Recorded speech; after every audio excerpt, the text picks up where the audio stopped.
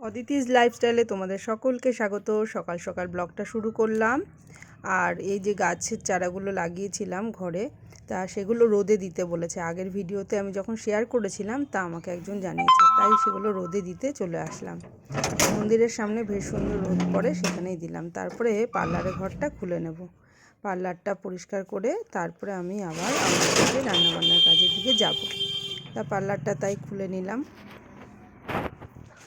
একটু গুছিয়ে নিই। আর ঘরে একটু তো জলে ছিটা দিতে হয়, বাসি ঘর, আর একটু ঝাড়পোছ করতে হয়, সেটা করে নিয়ে। কি হচ্ছে উর্মি?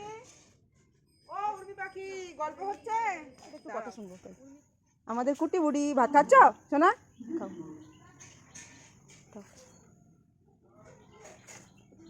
আর একজন আসছে, গলুদা।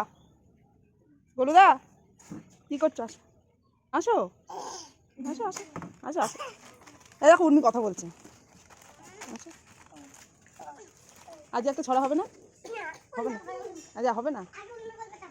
আচ্ছা আচ্ছা ঠিক আছে, আগে উর্মি বলবে তারপর তুমি। বন্ধ করে দিও না। হ্যাঁ, কোনটাতে অফ হয়? কোনটাতে অফ হয়? অফ হয় না। এই যে গলুদা আমাদের, এটা আমাদের গলুদা, এটা আমাদের গলুদা। এটা অফ কিভাবে? অফ করে আমি বলবো না।